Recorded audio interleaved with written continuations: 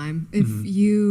If it like you have these guys in your comments asking if they're being overlooked because they're blue collar, and now it becomes this issue where, and you talk about this, and actually you do too, Brian, but a very small pool of men are the ones that get all of the attention, even though there are lots of good, hardworking men. A very small pool of men get a bunch of the attention. That is so full of crap. There are plenty of men who date. There are plenty of men who have relationships. There's not a very small pool of men who get all the attention. Now, there are probably a small pool of men who get a lot of attention because they're, wealthy and famous or whatever, and maybe they're attractive, and sure, they get a lot of attention, but that doesn't mean that a large group of other men don't also get attention and don't also have success dating, which is what, these manipulators are trying to make you think that they don't. They're trying to make you think that everybody is an incel if you're not part of that big group. And who would love to find somebody good and have a relationship, but because women are the gatekeepers of sex, they have to compete. Women are not the gatekeepers of sex, or the only reason why women are the gatekeepers of sex is because, as I've said before, men are sluts.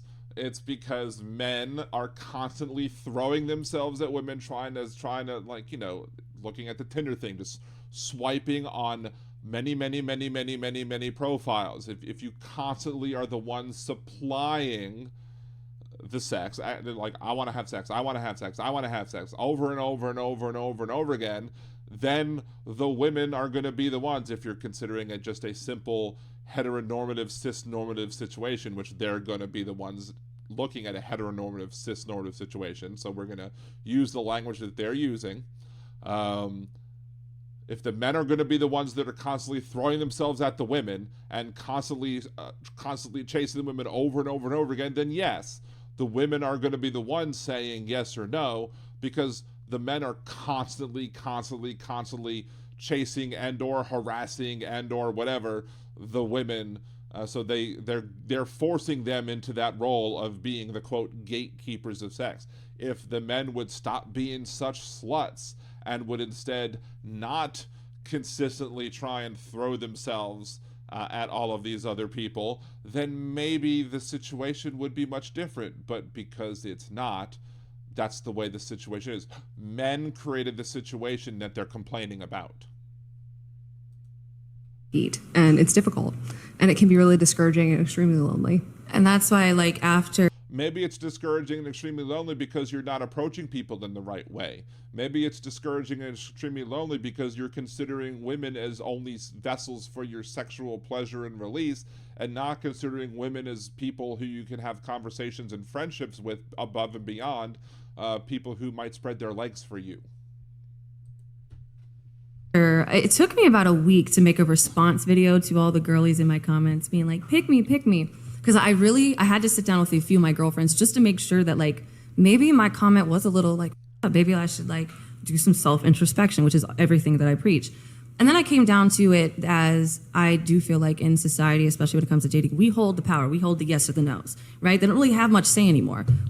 Again, you hold the yes and the no's because men created the situation where you're holding the power of the yes and the no's because men are constantly throwing themselves at you.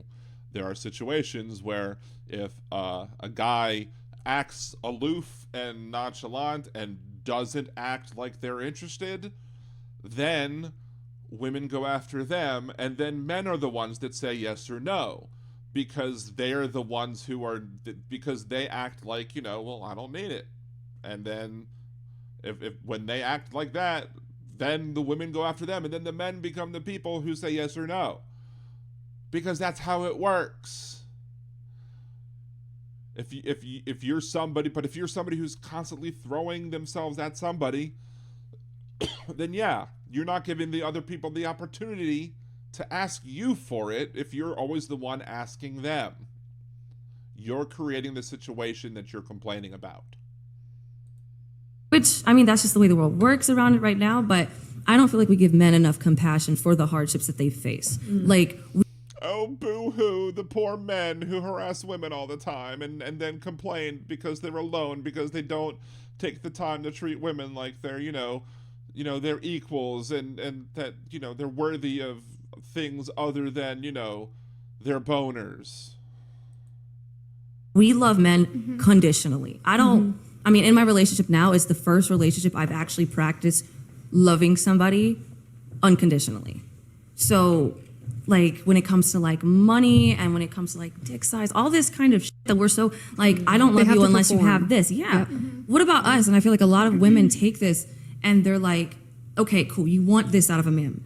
But I do not feel that the question, what do you bring to the table, is a bad question to ask. Because if all you can bring me is that you have a fat ass and you have a pretty face and you can good, that's gonna get the man, but like, how are you gonna keep him? Yeah, what substance? That's the reason why I don't care about the, oh, she's just a porn star and OnlyFans girl. No, Well, I mean, because that's what the guys who are watching these videos or watching the whatever podcast, watching the Fresh and Fit podcast, whatever, that's what they're looking for. They're only looking for the top looks of women because that's what they're saying that people want, and as such, they're only gonna look at the trivial. I'm smart as shit, and half of the men that have gotten to know me can all say the same thing, like, holy shit, you smart as hell. Like, why are you doing porn? And I'm like, well, because I'm capitalizing off the market, okay? I'm using my looks to capitalize. Yeah. But I feel like a lot of women that I meet, which is the reason why 90% of my friends are guys, and I know this is like feeding into more of the pick-me thing, but no, I feel like men hold me accountable. I don't feel like a lot of women hold themselves accountable, and especially so we're like always preaching these standards. And I'll say the same thing for men. I don't do leftist. I don't do right. I'm literally, my is middle ground because I'm in the middle, man. I'm not left or right, man. Okay, whatever. Because I feel like women preach these crazy standards that they can't even upkeep themselves. Men preach these crazy standards, and like, you know, like the whole men want a traditional wife, but they're not traditional men. 100%. But okay, I can agree with that because a lot of times this show will have non-traditional men wanting traditional women. Ridiculous. I feel like women are taken, like when a man says, oh, I don't want a girl with a high body count, we're like, that man's trash, he's shit. No, that's just his preference. But then I feel like when women say, like, oh, you know, I want a man to make this amount of money. It's not coming from a place of like she knows who she is. She's coming from a place of like what society is sort of what they should want in men, and men are just precious. Hold on, just a sec. Hey, look, it's Pearl. Let's skip the super chat. Huh? Right, if you don't negotiate well when you're trying to get a job, it's never your fault. And that really hurts women because it doesn't actually empower us to take any sort of agency over our own lives and actually make decisions and be responsible for our own actions. But men have to do that because if they do not, they are not attractive partners. Mm-hmm. And that's really an unfair standard that our society has, particularly in the US. I think that's a real problem. Let's see, Wonder Mom, men want Betty Crocker in the kitchen and a whore in the bedroom. I mean, I don't necessarily need Betty Crocker in the kitchen, but I mean, I'll cook in the kitchen too. I make some pretty damn good things in the kitchen. I actually want an equal partner in all things. And, you know, I'll be quite the whore in the bedroom too. You know, hey, both of us should be. We should both be willing participants to both willing to have mutual pleasure in all aspects of our lives. Let's just put it that way. Yeah, 100%. So, I mean, that's just my sentiment about it. You know what I was thinking about, which is crazy? Here's the thing. Pearl hadn't even chimed up yet, and I mean, I'm sure I know what Pearl's thinking about, but let's see what Pearl's thinking about. If you're a 1% guy, like top 1%, let's just say height, money, looks, whatever, you can't expect a virgin. Like, wait, you can't or you can? You can't. If you're a top 1% yeah, like guy? they don't expect it. I'm not saying they don't want it, but they don't expect it. Like a top guy and doesn't expect a virgin. Yeah, and that's just kind of speaks to the dating pool for like men today. You can get like to the top like 1% of men and you don't expect a virgin. Elaborate on that. But I mean, most people like actually don't even care if their person is a virgin or not. That's the thing. It's this artificial boundary that these incel, MGTOW pandering people have created, is that, oh, having a virgin is a good thing. Who the frick cares? Except for these people who are losers who, like, you know, the Fresh and Fit guy, and these guys are like, oh, we want a virgin. I mean, like, what do men look for typically, historically? Purity, youth, right? Attractiveness, obviously, pretty in shape. And so it's like you have a guy that can get to like the pinnacle of what women want, like, you know, tall, muscles, money, whatever. And like those guys. Funny, I've always been a big fat guy and I've had no problems dating, but let's continue. And I've dated some pretty attractive people. Let's continue. Don't expect a virgin because like the quality of women has just gone down today. Like the average partner count is like what? I mean, they say like between 5 and 8. And like, you know that after like 5 to 7 partners, your chance of a happy marriage drops to like 20% in 10 years, roughly. Let's repeat that again. Just, you know that after like 5 to 7 partners, your chance of a happy marriage drops to like 20% in 10 years, roughly. That is one of those things where they take these arguments, right? They take these stats and they mix correlation and causation.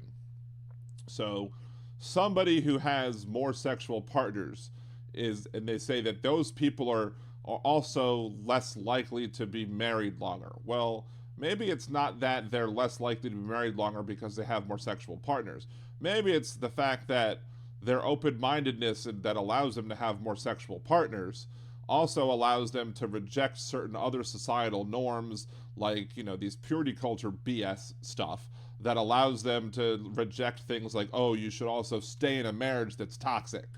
Like somebody who waited to marriage and remained a virgin till marriage because their religion and their parents and everything told them to wait till marriage, one of those people are going to sit there. Those people are probably, you know, being bamboozled by their religious beliefs to then stay in an abusive marriage because they're told that that's the right thing to do, to stay in a toxic and abusive marriage. Meanwhile, somebody who's willing to, you know, play around a little bit and have fun in their personal lives, might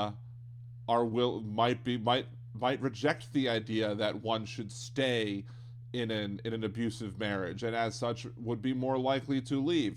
It has nothing to do with the fact that they had sex, have as many sexual partners. You might have somebody who rejects those religious beliefs and has fewer sexual partners. You might have somebody who rejects those beliefs and has much more sexual partners. It doesn't matter. Like, I'm sure, you know, body count's irrelevant to both me and my spouse, but, you know, we've been married much longer than that, and, you know, we're beyond that. Let's just put it that way. It's a human of being. I have to wonder if people with high body counts are doing it right. Why won't their partner stay with him that long? Well, it's not even a matter of that. It's just when you're young, you have fun. Now, when I was younger, I was never somebody who really looked to have one-night stands, for example, simply because the fact if I liked you enough to have sex with you once, why wouldn't I want to have sex with you again as long as the sex was good? But, you know, that didn't necessarily prevent it from happening. Like, I remember one person I hooked up with back in college. She was leaving the country in a week. Oh well. One person I hooked up with in college, she went back to her boyfriend. Oh well. You know, it happens. So sometimes you end up having, you know, flings. And flings are fine. It's fine to have a fling. It's fine to be flung. Being flung is perfectly fine. And I don't judge people for being flung. And I'm not going to be a hypocrite and judge if you're a woman who's been flung or a man who's been flung or a non-binary person who's been flung. Fling away. Let's continue. Why though? Yeah, if you're, I mean, why does body count matter so much? I mean, you're gonna find different studies that I ridiculous. do think that part of the reason that your chance of a happy marriage go down is because you have more experience and you know what you want. Right, and then if you No, a lot of people settle in marriage. What the hell is going on with that one in the back with the hat? ain't no good, relationships. you know about it. Like, oh, I mean, I just want to ask, like, how is it working? Like, how is women having more partners working in society? Is it? And that's another thing. Like, if you wait till marriage, you don't know. That's one of the reasons why I've posited previously with, like, the Myron people especially. Like, they want somebody who's inexperienced and specifically, preferably a virgin, because they want somebody who doesn't know what they're talking about, doesn't know what they're doing in the bedroom, because they want to be able to go in and give their, 2 pumps and let them think that that's the best thing ever.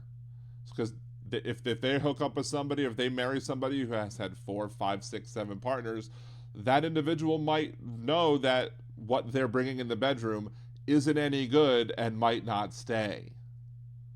So that's why they want people with low body counts or no body count, because they're thinking, well, they don't know any better, so I don't have to be any good in the bedroom. As the one person said, if they have more experience, they might know that this individual might not be any good, and therefore they might not want to stay with that person. Is it leading us to having more fulfilling, long, happy relationships or not? Because 100 years ago, We're getting the only- relationships only- in wait, advance. wait, We're talking wait, about wait, wait. people. So Yeah. 100, I think men too, 100, wait, promiscuity. 100 years ago, only 15% of women admitted to premarital sex. 85% of women. And you know why they admit 100 years, only 50% of people admitted to it. Well, they only admitted to it because they would be shunned and shamed for admitting to it. I'm sure the amount of people back then, 100 years ago, who actually had premarital sex was probably much higher than 15%. That being said, we also lived in different times back then. And 100 years ago, you would get married at 13, 14, 15, and you might only get married to one person, and you couldn't get divorced, because if you were married, because once you moved on from your parents' house to your spouse's house, and if that spouse abused you, what could you do? You couldn't have your own credit. Well, there's no credit cards, but you couldn't have your own checking account. You couldn't work. You couldn't do anything on your own, because we lived in a society where it was man-driven completely, and there was no way that you could just divorce your husband and expect to be fine. So we lived in a society that where once the woman moved on and lived with her husband, that there was no way that person could then leave. So yes, life was different 100 years ago. Shocking. then let's say they're let's say they're big liars and we double it. Okay, that's still 2 out of 3 that were virgins on their wedding night.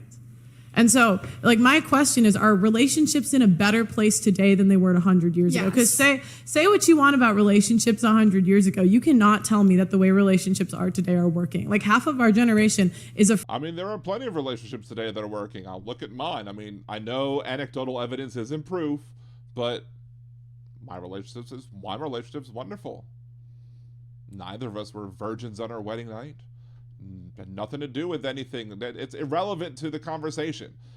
They're trying to force that into the conversation because they think somehow it's relevant. It's not relevant. afraid of getting married because of what we've seen in our parents. Yeah, like that is a because our horrible parents- place.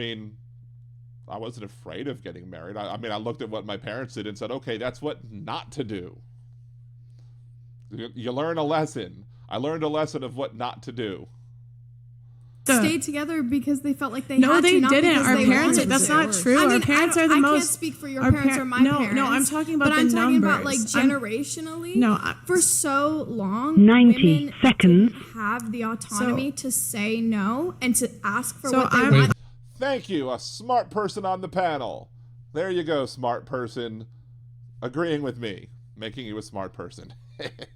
I Hold on, just demand let what they We're want. hearing the seconds tick off because it's the end of the Blog Talk Radio stream, so that's almost over, but we're going to go past the Blog Talk Radio stream.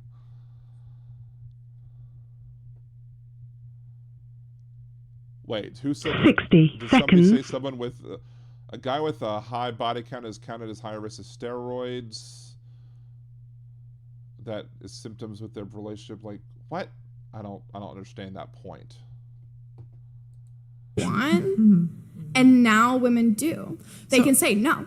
I don't want that. I don't want you. You don't make me happy. I want what makes me happy. okay. And that's why I think that Is that what a relationship is about? no, I think it goes both ways 100%. What? I think the man gets to say no, that doesn't make me happy. But the thing is it was only one-sided for so long. I want to look at what outcomes have women had. So not like personally, anecdotally. This is just in society. What outcomes has These, of course, are going to be artificially manufactured outcomes of Pearl, Pick Me Pearl. this led to? 1 in 3 10 women have had an seconds. abortion. 1 in 3 women have an STD. 1 in 3 women have an abortion. Okay, that's not necessarily a good or a bad thing, but 1 in 3 women have an STD. I mean, I'm sure there are women back then who had STDs too, but just didn't say anything about it. But there were more prevalent STDs now, but we also have medication that helps to cure them. 90% of women have been on contraceptives at one point in their life. So that's a good thing if they want to be on contraceptives. Who cares? Oh my God, what is wrong with being on contraceptives? And sometimes people are on contraceptives for nothing to do with contraception. Sometimes people are on contraceptives because they need to regulate their period for other reasons. Sometimes they're on contraceptives because it helps deal with issues with their uterus. Like they're cramping or swelling or other issues that can be treated with the hormones that come in the contraception. It doesn't. Sometimes you have to be on contraceptions if you're on contraceptives. Like if I had an ex-girlfriend who was on Accutane, and you had to be on birth control if you were on Accutane. You had to be, because if you got pregnant anyway on Accutane, you're gonna have little alien-looking babies. So they required you to be on birth control when you were on Accutane. It was just a policy. They would not prescribe it for you unless you were on birth control. Women are on antidepressants more than ever before. What has promiscuity? Maybe women are on antidepressants more than ever before because we have maybe a better system of healthcare system, the mental health system. And look, our mental healthcare system sucks, but maybe we have a better mental health care system that has enabled people to have conversations with their mental health care providers to get the help that they need. Maybe they needed the medicine before and couldn't get them. So just because they're on, and I don't know if even her data is correct, but maybe the fact that they're on the medicine that they need is a good thing. Like the fact that they're on the medicine doesn't necessarily mean that something is wrong. Maybe that they're getting help that they need is a good thing. Maybe that they weren't able to get the help that they needed before was the problem. Led to why for are we women. magnifying on just women? So, well, why can't we have a conversation about women without saying but men? Like we're just talking about the women now, so we can come back to the men later. I'm not saying. I can agree with something that Pearl said. We should be able to have a conversation. I've said this about the Israel conversation. I've said this about lots of things. We should be able to have a conversation about one thing without being able to do but the other thing. Yes, fine, perfect. Saying men are perfect, but I'm saying if we're so happy and promiscuity leads to great things, why is it when our body counts go up, we have more STDs, more abortions, we're on antidepressants more? Well, if your body count goes up, you're more likely to encounter partners, which means you're more likely to catch an STD. But many of the STDs, can be cured with penicillin. So that being said, I'm not aware that I've of all the STD tests that I've ever taken, none. So take that as you will. It's not good. I don't think antidepressants has anything to do with body count. Yeah. Go ahead. I personally don't think that it's just you should just whoever, whenever, at any time you want, just legs wide open, anyone can get in. I don't think that that's necessarily healthy, but I do think that it's your life and your decision. If I want to have more than one sexual partner in my life, that's it. I have, and it hasn't. I'm okay with. So that is the end of that video. I don't see how Pearl humbled anybody in that video whatsoever. Maybe you see it, I don't know. I don't see how Pearl humbled anybody in that video whatsoever. It doesn't make any sense at all. To me, she just rambled on her basic old BS, and nothing new was learned from her. But again, it's just this idea that somehow you are better off in the oldie days. And you're not. Just there are many reasons why we're better off today. There are many reasons why it's better to have this situation that we have now than it is before. And yeah, people are more likely to be able to have sex now than they are before. And sure, maybe people's body counts are higher, but that's not a bad thing, because and the idea that somehow it makes somebody less valuable just makes me judge your idea of what a valuable person is. If that's what you value, then you have a big issue with you have a big problem with your life, and you have a big problem just how you judge people altogether. And again, this whole argument over whether or not people are, the gatekeepers of sex, that whole argument is such bull. It's such bull. The only reason why women are the quote gatekeepers of sex is because men are sluts and they throw themselves at women all the time. If they would stop throwing themselves at women all the time, they would equal the playing field, because then if a woman was interested, they would come after the guy that they were interested in. Let's go to see some of the comments, and there's any other comments that are interesting. Aaron, it's fine to be flung. Liberal Dan, maybe that'll stick. This is where adultery comes in. Wait till marriage and find out that they suck, not in a good way, in bed. I mean, there's that too. There's something to be said about making sure that there is sexual compatibility between partners before you tie the knot. There's that. Let's see. Japanese have a term called a Christmas cake. After age 30, women are no longer viable for marriage. That's kind of odd. But, I mean, my wife and I both were after 30 when we got married, so I seem to debunk that whole idea whatsoever. I say if you're worried about body count, find a partner who is equally concerned. Why does everyone have to agree with their view?